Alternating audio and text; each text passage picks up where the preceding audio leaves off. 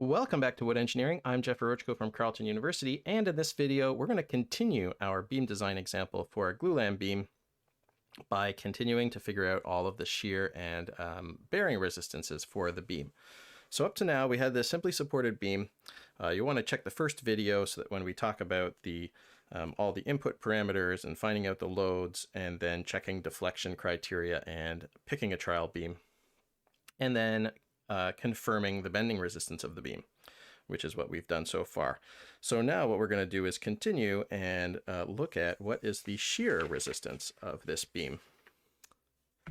And we are talking about the longitudinal shear resistance because we don't have any notches.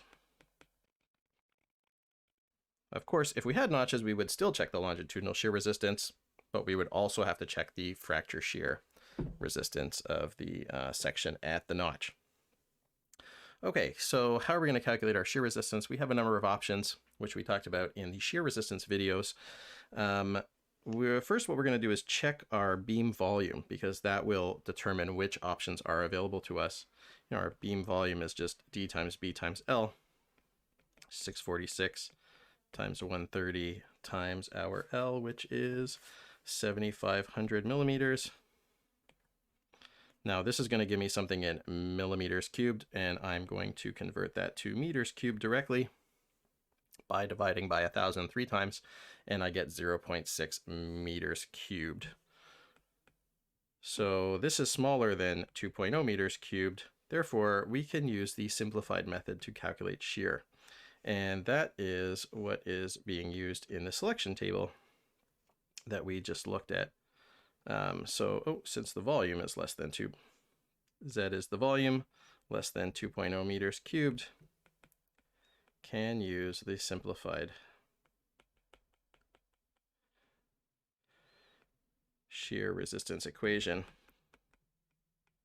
Okay, so whenever I can do this, it seems to me that it would be wise to do this, because if I do this check and it satisfies, then that's all that I have to do. I'm done my shear resistance, and this is a very easy equation to calculate. Now in our case, if you recall, we had a factored shear of 101.6, and our shear resistance was, for 130 by 646, ever so close to that 101.0 here. And so we may undershoot our strength a little bit. But we have some things in our back pocket that we can use to squeeze a little bit more shear resistance out of our calculation and prove that it's actually safe. So let's start with the simplified shear. And you'll recall that this equation is just VR phi FV 2/3 AG, AG for Glulam. We used AN for lumber. And this gives us 0.9. FV was, I think, 2.0 MPa. And we had 2/3. And our AG is just B times D, which is 646 times 130.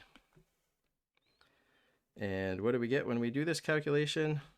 We get 100.8 kilonewtons. Okay. By the way, this here, I didn't do this calculation explicitly, but this is capital FV, which is small fv times 1 times 1 times 1 times 1. Since we had no service condition factors and no duration factor is 1.0, and no treatment and no system effect. Okay, so this is unfortunately a little bit less than our VF, which happened to be 101.6 kilonewtons. So this is a full kilonewton lower than the limit. It's pretty close, but good news is we can, especially since it's close, we have easy ways to fix this problem. So here is the note.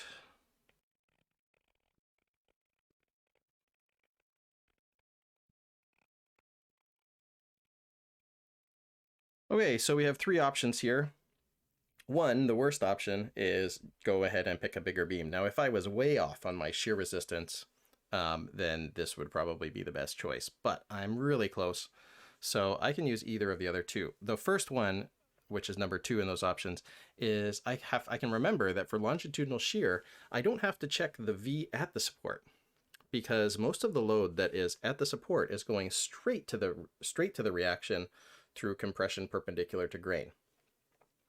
So the standard allows us to actually check VF at a distance D away from the support, which is the depth of the beam, equal to the depth of the beam. In this case, that's 646 millimeters, so that will reduce our shear a little bit, probably, depending on our loading condition, obviously. In some cases, that won't change anything. Like if I had a point load in the center of the beam and just 2 reactions, then the shear is constant from the center of the beam to the reaction. So VF at D is not going to have any reduction. But in this case, since I have a distributed load, my V changes. So it's highest at the reaction, and then it goes steadily down with the W, changing the V as it goes. So that is something that will probably make a difference for us. My other option is, instead of using VR, I can use WR. Now, I made the point in the shear resistance video that WR can actually be over conservative for beams that are less than 2.0 meters, but that kicks in really for very small beams. So in this case, probably we can squeeze something out with WR by using the more detailed calculation. So we're going to do both of these, number 2 and number 3. They will both actually solve our problem. So we only need to really do one or the other, but I'm going to show both just in the interest of showing you how it works. So let's start with option number 2.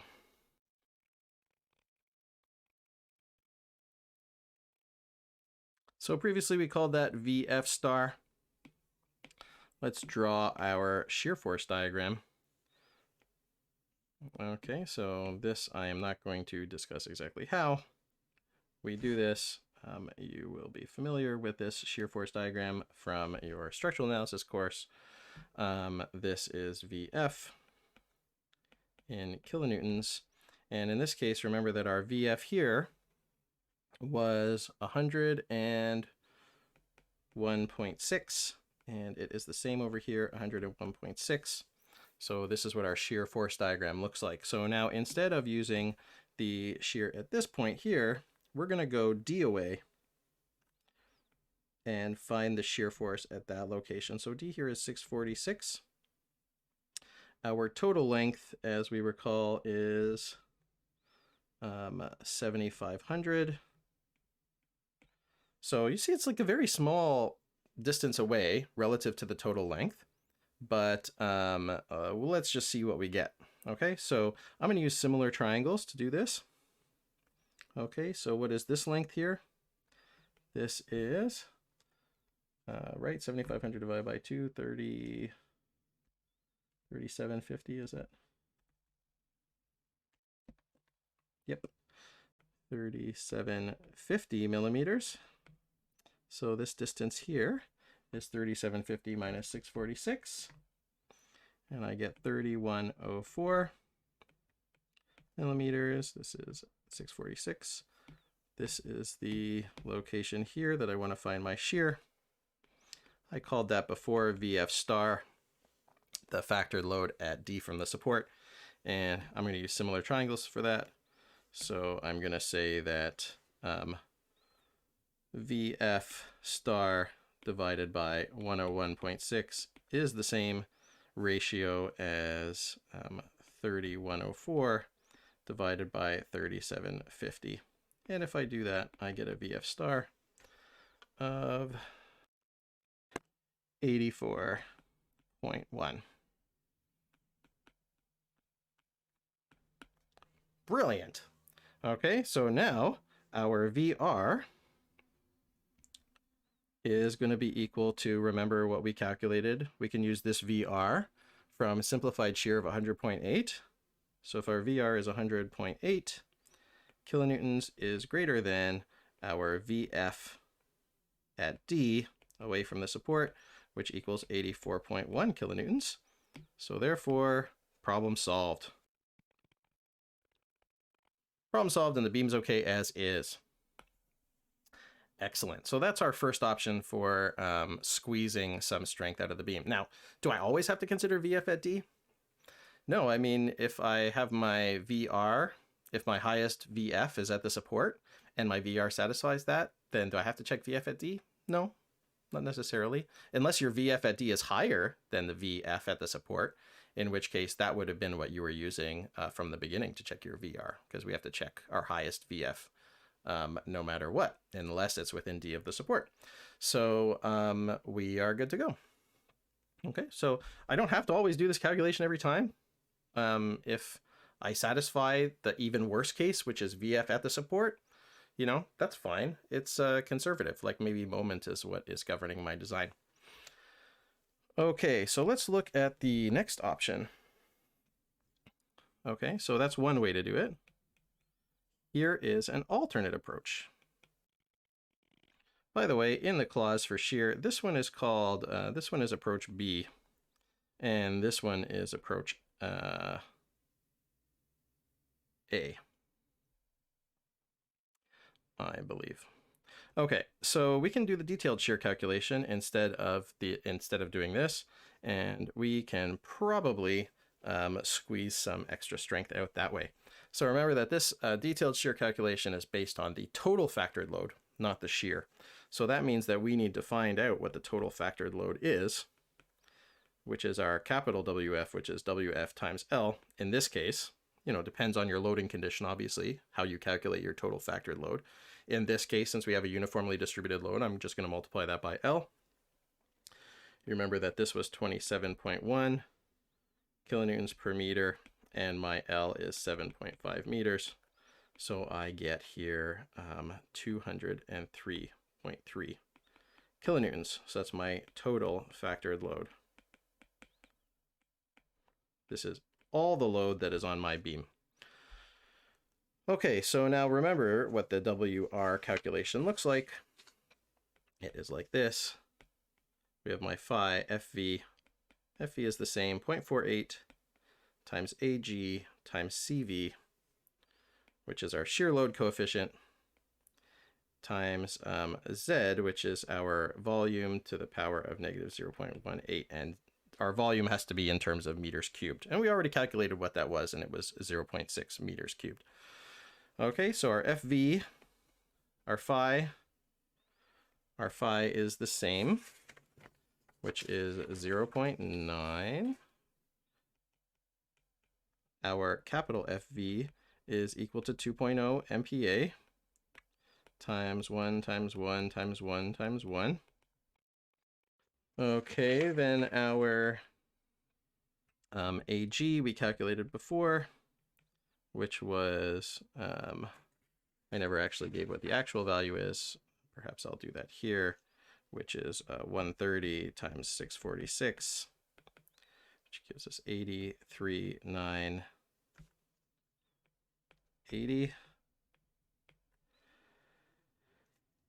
And our Z was 0.6 meters cubed. And our CV is the last thing that we have to do. And we have a couple ways to calculate what our CV is. And for the purposes of showing an example, I'm going to do both ways. Okay, so the first way to do CV is to get it from the tables. Okay, and in our case, we have no point loads, and we only have a uniformly distributed load. So I'm going to go to the shear load coefficient tables. And in this case, it is the first one. So we have shear load coefficient CV for simple span beams, which is what we have, simply supported beam. Okay, number of equal loads, symmetrically spaced. Okay, so we have 0, and that's going to come into play in R, so just hold tight for a second. We need to know what is the total of concentrated loads divided by the total of uniform loads. So we don't have any concentrated loads, and all we have is uniform loads. So the value of R is going to be 0, right? So if I come up here for R of 0, I get 3.69. You see, regardless of how many equal loads I have, because R equals 0 means I don't have any equally spaced point loads. So that means that my CV is going to be 3.69 if I use this approach. It's going to be CV equals 3.69. Okay, in O8614, that's table 7.5.7.5 A. Or another way that I could do it is from this table. You see I'll get the same value because this is for distributed loads. If P min equals P max, so I have a uniform load that is constant over the length, then P min divided by P max equals 1, and then I get 3.69. So it's the same value either way. So that's good that it's consistent. Or B. In CSA O86 19, their same tables are there, it's just a different number. Pretty easy to find. Okay, so that's one way to do it. Let's also look at doing it the other way when we had to do the calculation. Okay, so alternatively, calculate manually. Okay, so we're going to calculate CV manually. So you'll remember that what we have to do is for each segment, we have to break it up into segments. And then we have to find the VA, the VB, and the VC, which are the beginning, end, and middle of the segment respectively. And then we have to calculate our G for each segment, and then we have to add them up. Okay, so we haven't seen an example of this yet. So if I go back to my shear load diagram, which I had up here, I'm going to divide this up into two different segments. So let me just draw it out again quick. And one thing that we mentioned when we were doing that is that all the values have to be positive. So if I were to draw my shear load diagram, but the absolute value of that shear load diagram, then I would end up with something like this, right? Because usually it came like this. Okay, but I just made it positive because for the purposes of calculating CV, I use the absolute value of the shear. Okay, so I have two different segments. This was 101.6. This was 101.6, as you recall. And I have segment 1 here and segment 2 here. And these two segments are the same. So I'm going to get the same value for G from both of them. So I only have to calculate one. So if I look at segment 1, so I have 101.6 at A. I have 101, so this is VA. I have a 0 for VB. And at the center, I have 50.8 kilonewtons for VC. Okay, so remember I need to find the VA at one side, VB at the other, and VC in the middle. And if VA and VB switch sides, it's not going to make any difference, which we're going to see in G. But it is important that we identify which one is in the middle and that one is VC. Now, I also have to remember that when I do this calculation, I have to input these values in newtons. So this has to be 101,600 newtons, and VB is 0. And VC has to be 5,800 newtons. And if I don't input it in newtons, it won't work. So it says specifically in that method that it has to be in newtons. And the length of the segment, which we also need, is going to be half of 7,500, which is 3750 millimeters. And that's the same for both segment 1 and segment 2.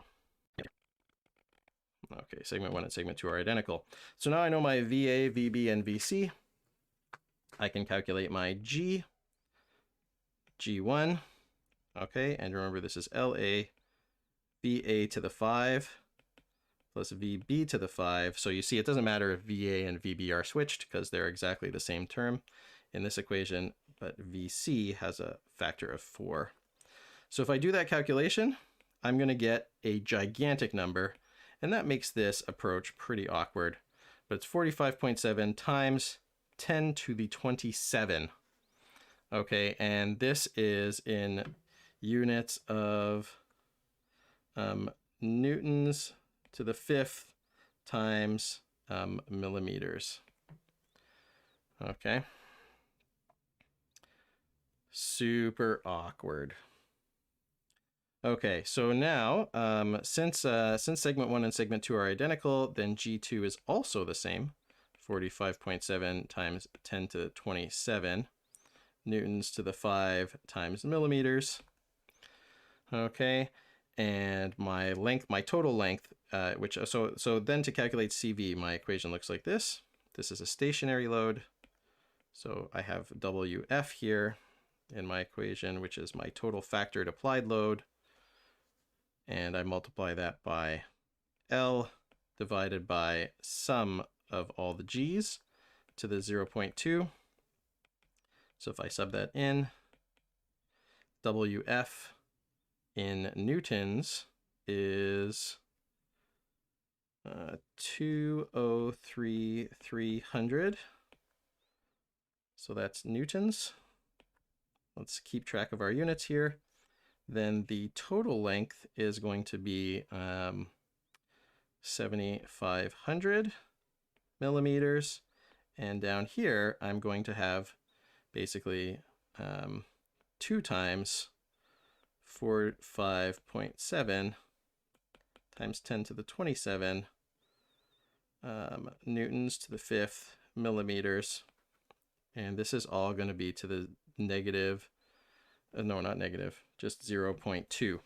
Okay, so the millimeters are going to cancel out in this, just if we follow the units, these millimeters are going to cancel out. And the 0.2 is going to cancel out to the 5, right? So it's going to be n to the 5 to the power 0.2 is those two multiplied by each other, those exponents multiplied. So I'm going to get n to the 1, which is then going to cancel out the n from the 203,000 newtons WF. Right, so this is going to cancel out those two. Okay, but I'm not going to actually write it like that, so that's not confusing in the notes. So if I do this, I find a CV of 3.57. Okay, so isn't that funny? It doesn't actually come out exactly to what we would expect up here, the 3.69. I think that's because of the effect of the WF and everything. Doesn't come out exactly the same, but still pretty close.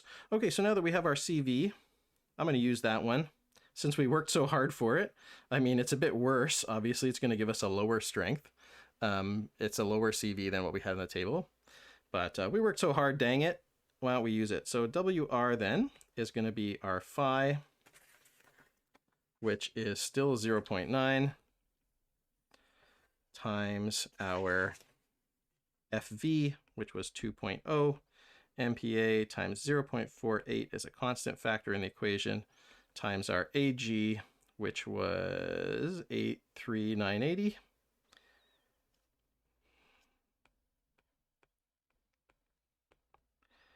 Times our CV, which is 3.57.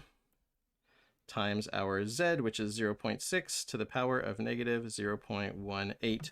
And if we do all of that, we get 281.1 kilonewtons.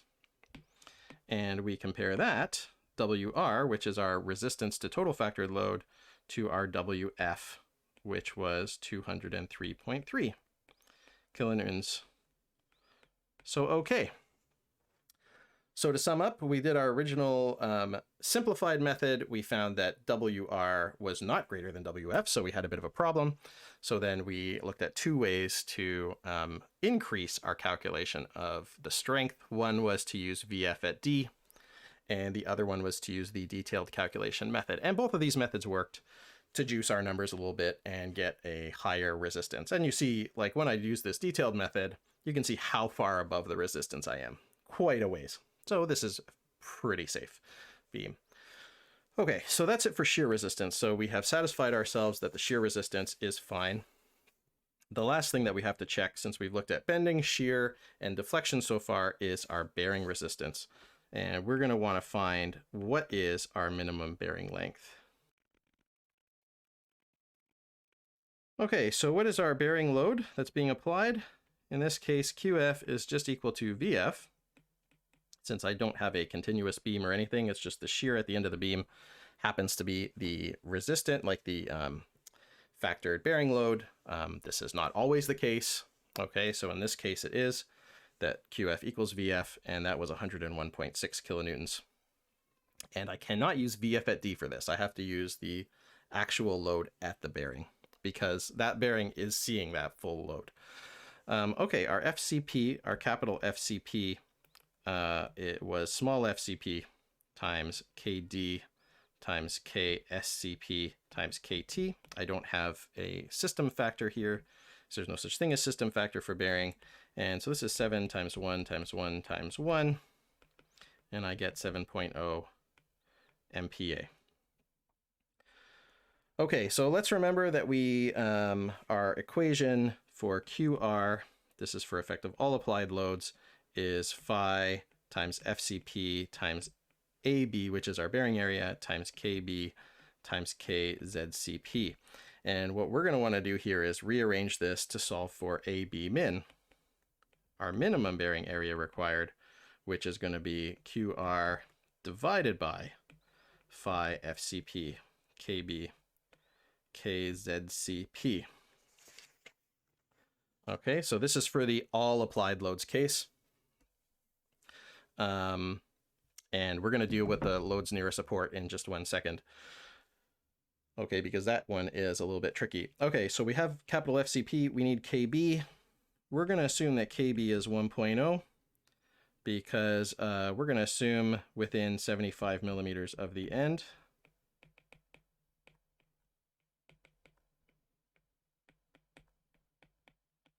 Okay, so that makes sense because we're considering that our beam is going to bear something here, and that bearing is going to be right at the end of the beam, so we don't have any length of bearing factor. Our KZCP, which is our size effect factor for bearing, we are going to have to figure out what is the aspect ratio of the top ply of our piece of glulam, and we're looking at 130 by 130 by 646. So the top ply is going to be 130 wide, which is wider than this example that I have here. It's like a 2x6 almost, right? And it's going to be about this wide. And the thickness, we're going to assume that it's 38. So what is our aspect ratio?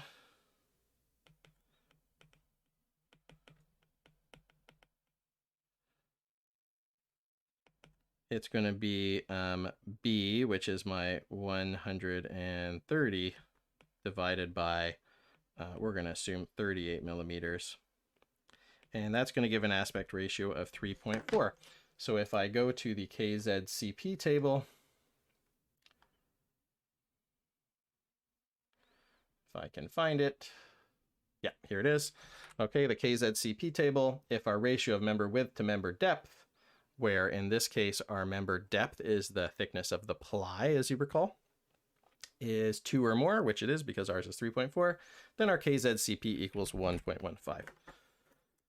So, oops. So this is greater than 2.0, therefore KZCP equals 1.15. Good to go. Okay, so we're going to set QR in our equation to QF to find our required bearing area. Okay, so if I sub in all those things, I'm going to keep track of the units explicitly this time, just to give you another example of how it works. So I have 101,600 newtons on the top, which was 101.6 kilonewtons, our applied load. On the bottom, I have 5.9 FCP 7.0 MPa, which remember is newtons per millimeter squared, times 1.0 for KB times 1.15 for KZCP. So newtons divided by newtons per millimeter squared is going to give me millimeters squared. So that is very good. So my AB min is going to come up to 15780 millimeters squared. So then if I assume that my bearing is on the full width of the member, which should be a very good assumption because I have my member here and it is bearing on a certain bearing location. Presumably that bearing surface is at least this wide, and probably it's wider, which means that the bearing area will be the total width of this times whatever is the length of the bearing. So this is going to be constant. So this is 130 in our case. So if I'm trying to calculate my bearing length, LB min, then I'm going to have my AB min divided by my B of my member, which is 15,780 divided by 130, and I get 121.4 millimeters. Well, too many figs again. So 121 millimeters. So that means the length of my bearing has to be at least 121 millimeters, which is 5 inches. So that's pretty big. Okay, so therefore we need a bearing length of at least 122 millimeters. Okay, so now we have this question of loads applied near a support. Because how do we go about calculating a minimum length for loads applied near a support? What we're going to basically do is we're going to assume that we have this length, 122 millimeters. Then we're going to check the loads applied near a support. And as long as this assumed length satisfies the QR prime check, then we're going to be okay. That would mean that basically the length required for QR prime is less than the length required for QR. Okay, so let's do that check. Here's a note.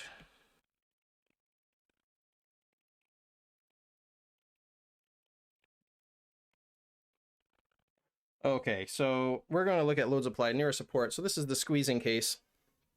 We have a bearing here, and we have loads on top spread out over the entire length of the beam. So that distributed load, the portion of the distributed load that is near the support just here, is going to cause that squeezing load.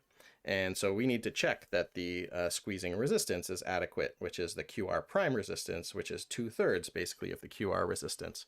And since most of the load is not here, more than likely this is going to be no problem. So we're just going to go ahead and check it. And so again, we're going to assume that the load on top here within D of the support is bearing on the full surface, so the full width of this beam. So we're going to assume that the width of that bearing is just B. And on the bottom, we're going to assume that we have the bearing length and width that we just assumed when we calculated what is the minimum bearing length and width that we need on the bottom using the effect of all applied loads checked. And if that satisfies everything, then that's fine, because if we had a larger bearing surface, it would also be fine. It would not reduce the strength of effective loads applied near a support. So as long as the minimum works, then this check is going to be fine. So let's find the total length of the beam within D of the support.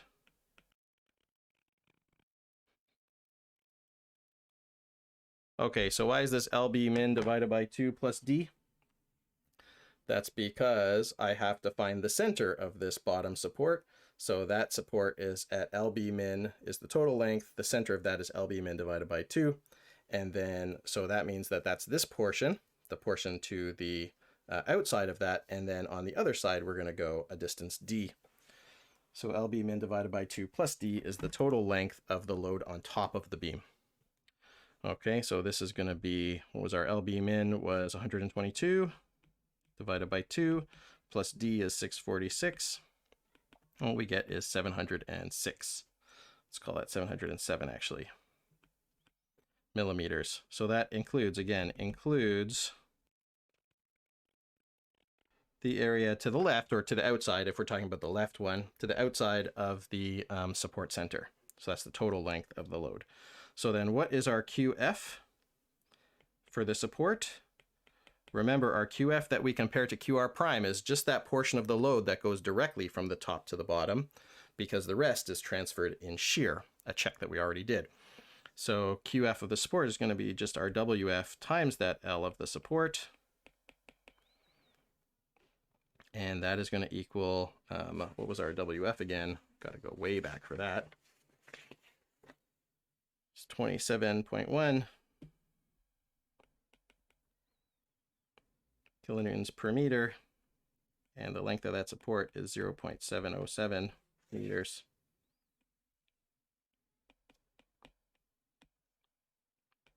And so we get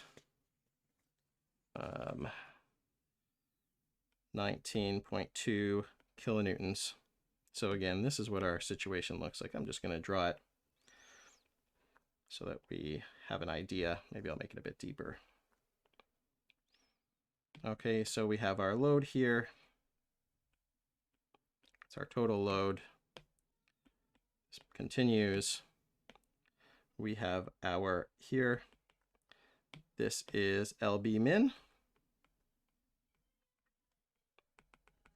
And we need to find out which loads we need to include within D of the support. So we're going to go out here for D. And we need to include this entire surface here because we have D on both sides, right? So on this side, D goes this way, goes off the edge of the beam. And so this total length here is our L support. And the W that is within that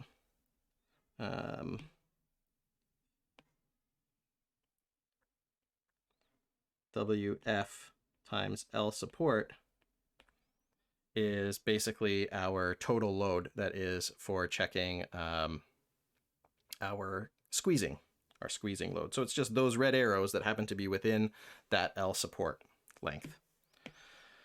Okay, good. So now all we have to do is do the check.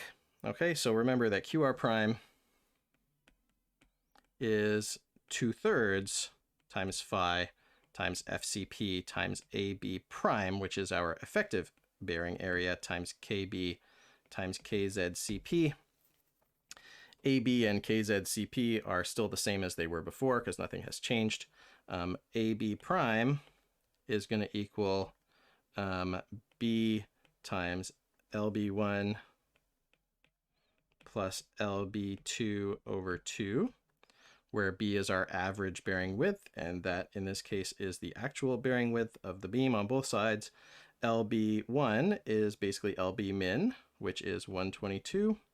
LB2 is the L support, which is 707 divided by 2, and we get 53825 millimeters squared, but we have to make sure that that is less than or equal to 1.5 times B times LB1, which is LB min, which equals 1.5 times 130 times 122, which equals 23,670 millimeters squared, which is quite a bit less than the AB prime. So therefore, AB prime is capped at 23,670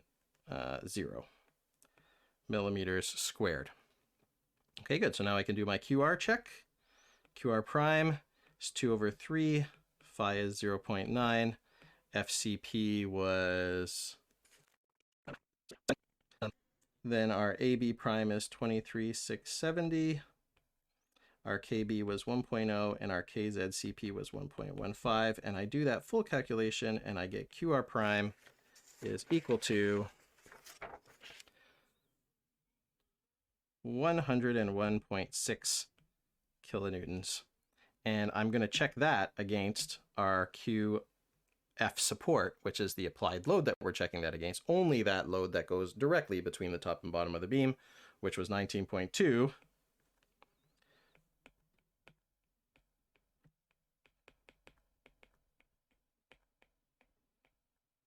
So that is way bigger. So, okay. And as we expected, effect of all applied loads governs in this case. And that's because most of our load is not near the support. Most of our load is away from the support in this case. And so effect of all applied loads governs. We calculated what the LB min for that was. And so that means that minimum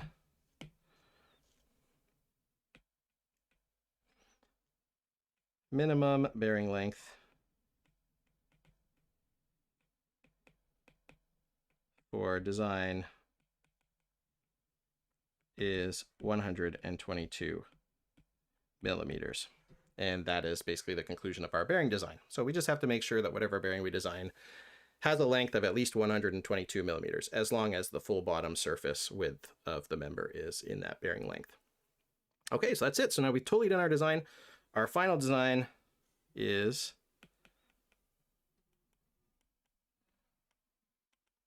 and we should state this is a Douglas fir larch 20F-E 130 by 646 beam with